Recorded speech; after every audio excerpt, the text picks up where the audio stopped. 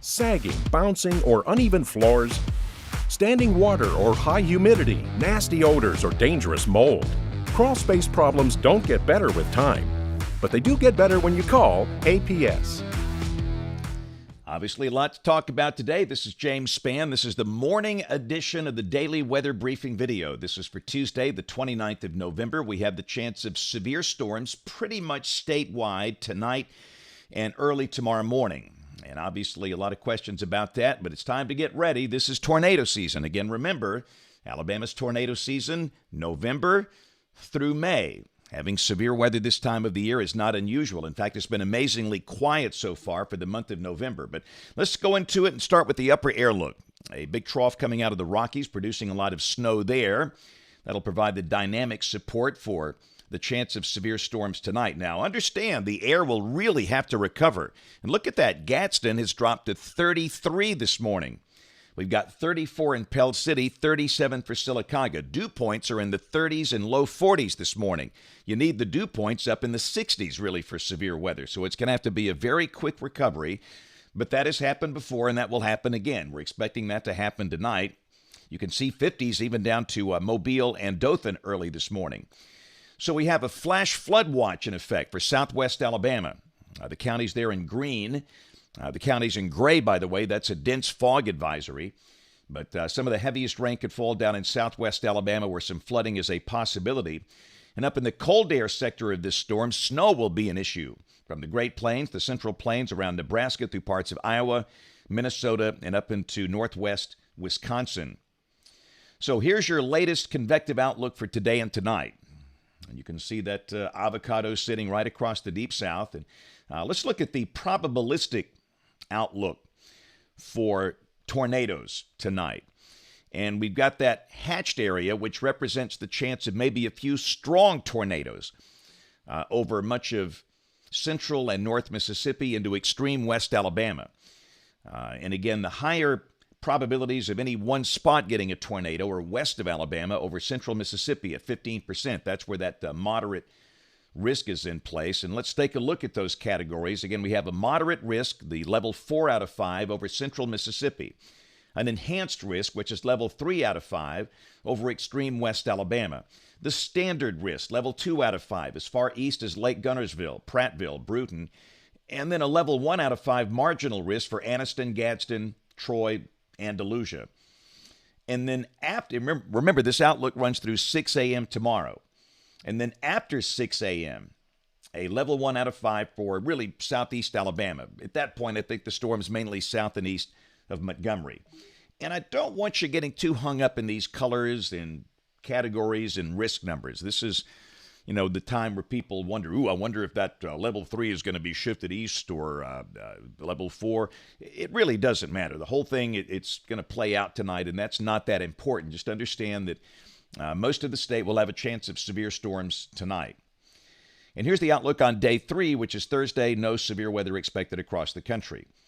So rain for the next 7 days. This is valid through Tuesday morning of next week. And for most of the state, amounts anywhere from 1 to 3 inches. And evidence the amounts could be a little higher down in southwest Alabama, or maybe some 4-inch amounts could be found a bit north of Mobile. That's the reason for the flash flood watch down there. And the bulk of this will be with the event later today, tonight, and early tomorrow. There will be a chance of showers over the weekend, but again, the rain probably not that heavy with that event. So let's break it down. This is the GFS model fans. The 06C run valid today at 4, and there's the trough north and west of the state.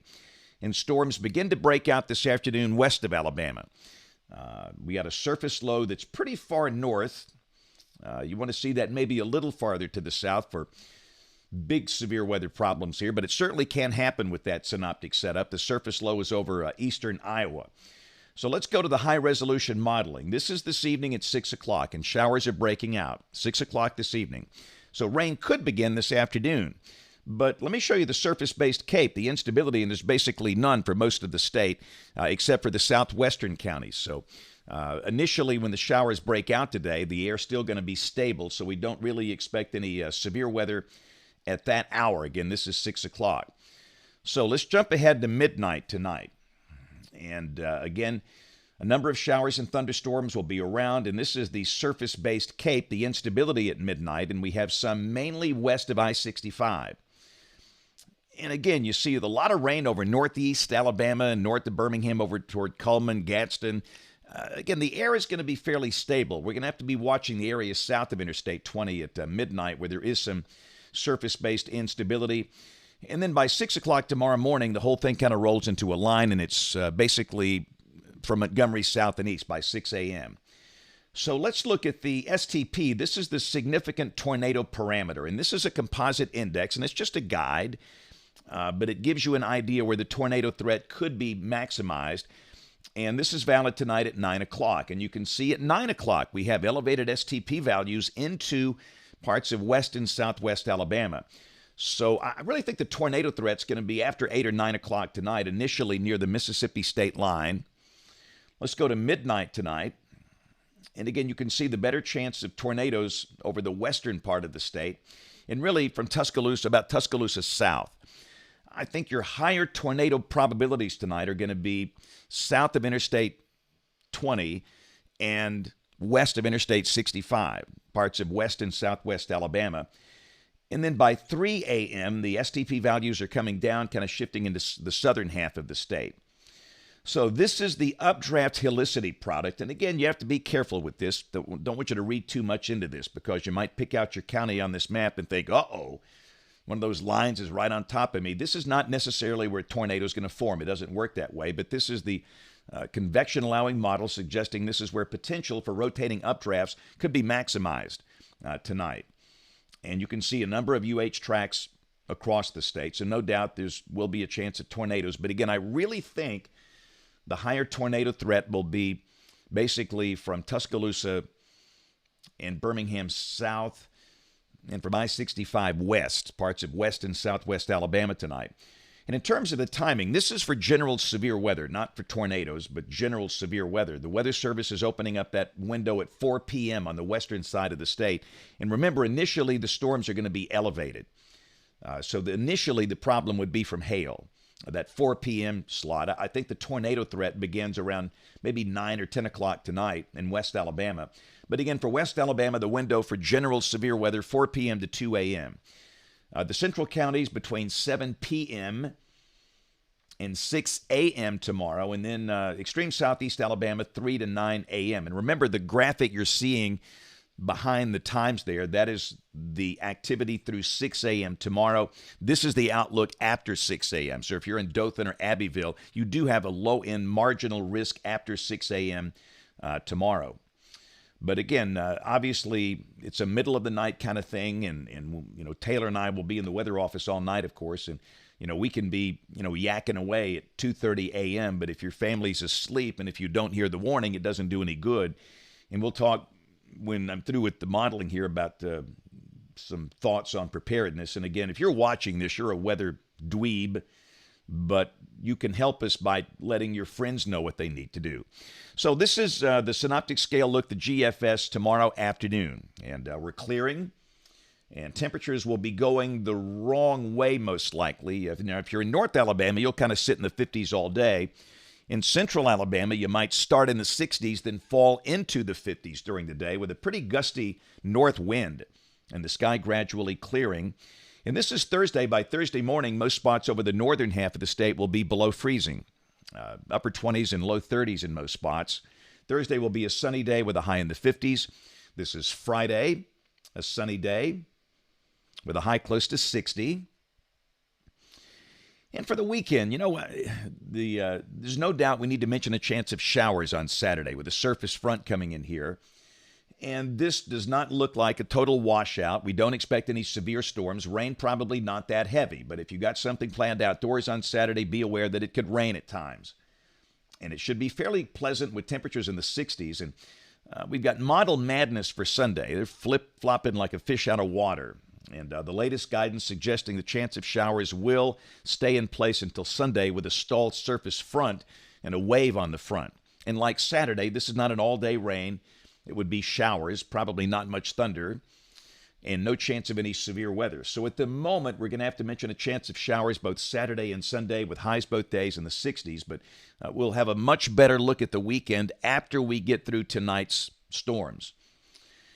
And this is Monday of next week. We're trending drier, up there close to 70 probably, maybe a few isolated showers. And this is Tuesday of next week, a week from today, the 6th of December, at this big upper high over the Gulf of Mexico, and that should keep the major rain north of us and the cold air north of us. And if this is right, Tuesday would be dry and mild. Let's go out 10 days. This is Thursday of next week, the 8th of December. Got troughing on the East Coast, and if that verifies, we're cool and dry. We'll check the rain for Birmingham. This is coming off the European ensemble. You're looking for the green line. That's the mean, and it's really between 3 and 4 inches between now and the 13th of December. And that's not that odd. Again, this is a wet, stormy period for the state. It's one of the more concentrated times of severe weather activity these 2 months. And here's a look at temperatures. You can see kind of a roller coaster ride. And again, that high tomorrow in the mid-60s, that's going to come at like 2 a.m. or something. We're going to drop in the 50s during the day. We're down to freezing by Thursday morning.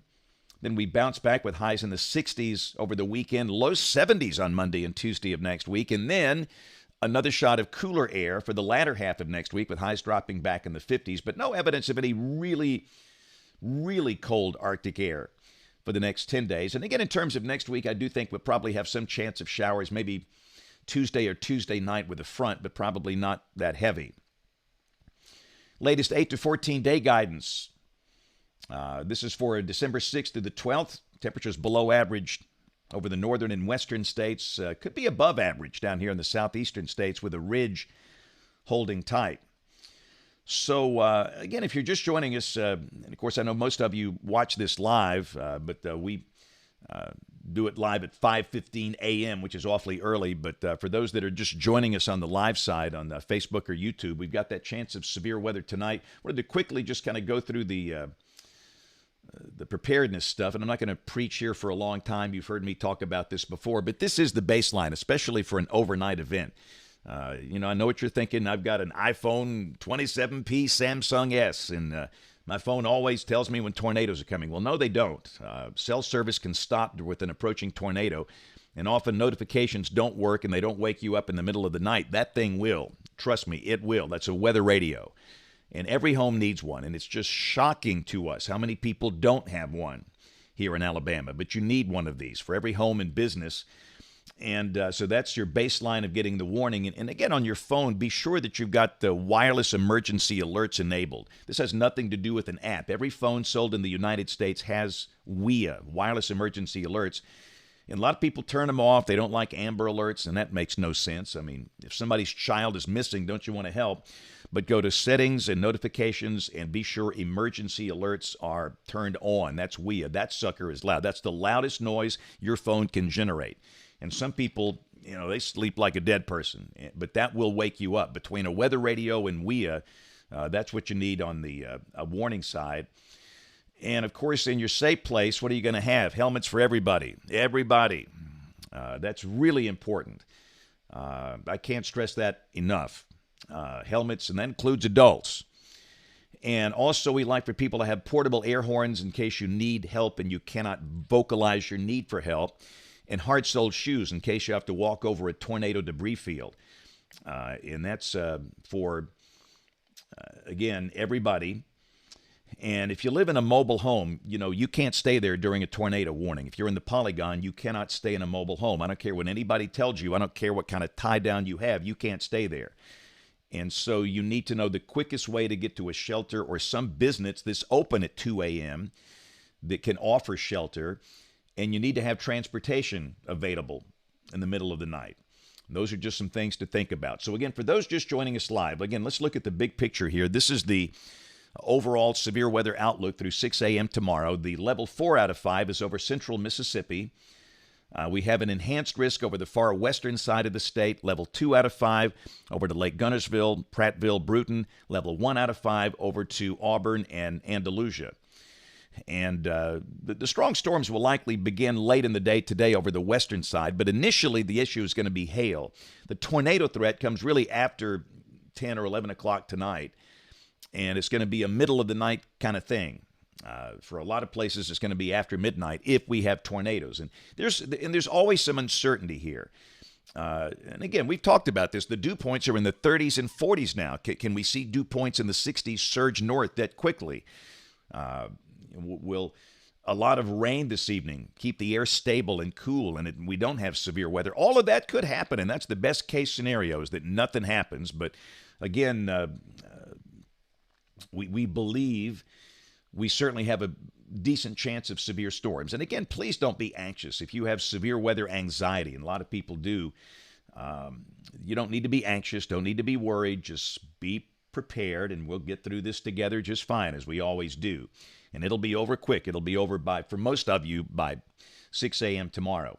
So that's going to do it for this weather briefing video this morning.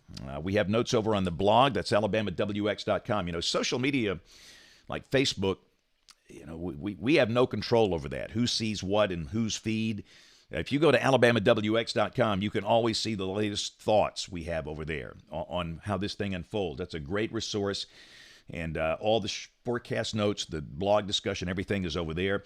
And of course, we'll be on TV tonight. And if we have severe weather, remember, all of my energy, little CPU cycles in this brain, they're focused on that live coverage, telling a coherent story and processing all this data coming in, the live streams and the chat sessions and the Skywatcher stuff. So just be sure and watch. ABC 3340 doesn't cost a dime. You don't need cable. You don't need the internet. You don't need satellite. A cheap antenna, and it looks great.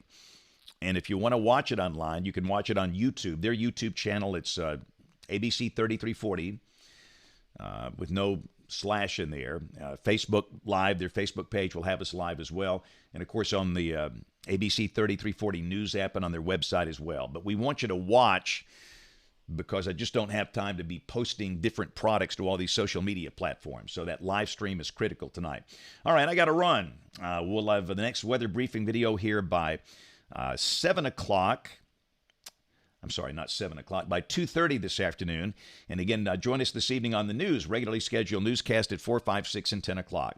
Thanks for watching. Have a great day, and God bless. Sinking driveway? Call Alabama Professional Services. Settling patio? Call APS. Uneven pool deck? Call APS. Collapsing stoop? Call APS. Cracking sidewalk? That's right, call APS. It's a fact. Concrete problems don't get better with time, but they do get better when you call APS. Call Alabama Professional Services today.